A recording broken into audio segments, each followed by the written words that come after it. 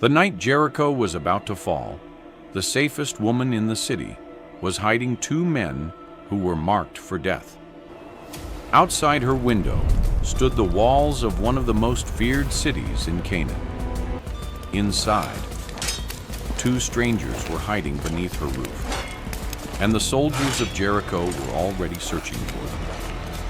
If the king discovered what Rahab had done, she could be executed. To Jericho, the greatest city under the sun. Yes, and the finest wine too.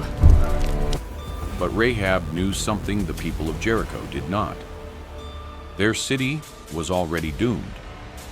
Not because Israel had a stronger army, not because Joshua had discovered a secret weapon, but because Rahab had heard what the God of Israel had done, and she believed. This is the extraordinary story of Rahab, the spies, and the fall of Jericho. The story begins after the death of Moses. For 40 years, the Israelites had wandered through the wilderness. Now Joshua stood before them as their new leader. Behind them was the wilderness. Ahead of them was the land God had promised.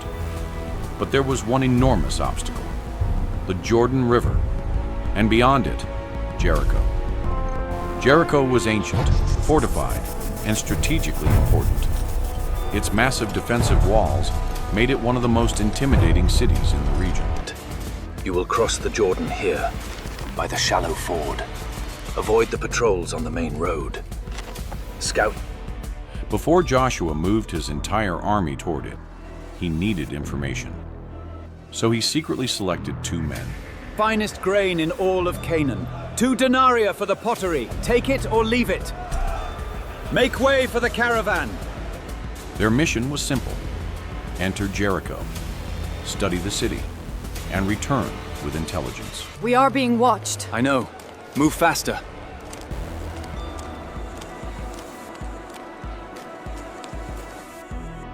The two spies crossed into the city, but there was a problem. Someone was watching. He has defied me for the last time. Guards, find the rebel and execute him. Their presence could not remain hidden for long. Eventually, the king of Jericho learned that Israelite spies had entered the city. Soldiers were sent to capture them. The spies needed somewhere to disappear.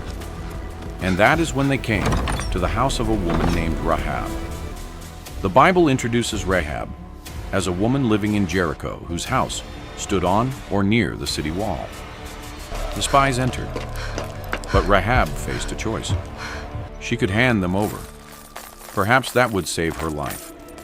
Perhaps the king would reward her. We know they are here! Where did they go? Tell us, or we burn this city!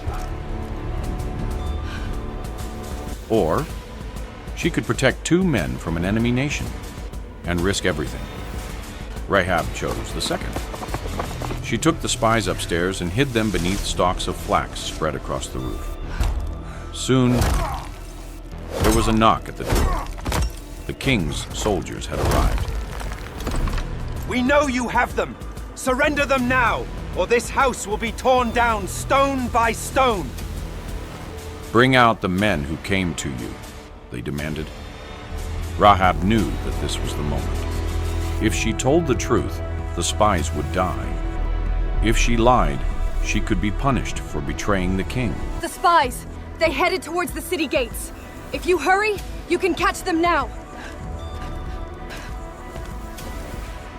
So she sent the soldiers in the wrong direction.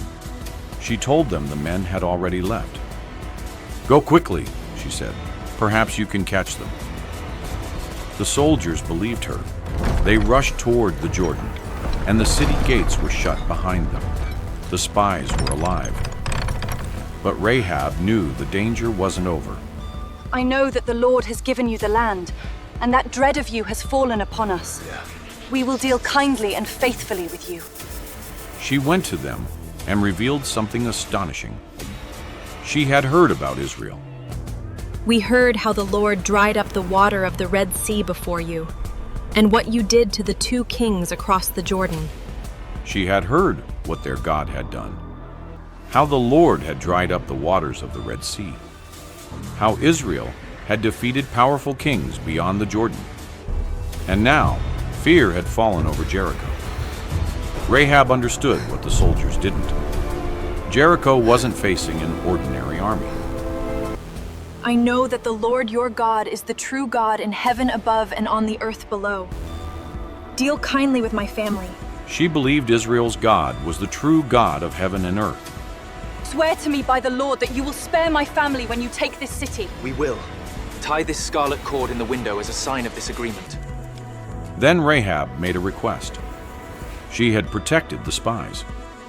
Now she wanted protection for her family. I tell you, I nearly dropped the whole amphora when he did that. Oh, you are too funny. We missed your stories, Father. Her father, her mother, her brothers, her sisters, everyone who belonged to her household. We go, but on one condition. You must not speak of this to anyone until we return. It is agreed. The spies agreed, but there was one condition. Rahab had to tie a scarlet cord in her window. When Israel attacked the city, everyone inside that house would be spared. It was a simple cord, but that small sign would become the symbol of Rahab's salvation. The spies escaped through the window using a rope. Before leaving, they instructed Rahab to keep their agreement secret. Then they disappeared into the darkness. Rahab remained behind, looking out over Jericho.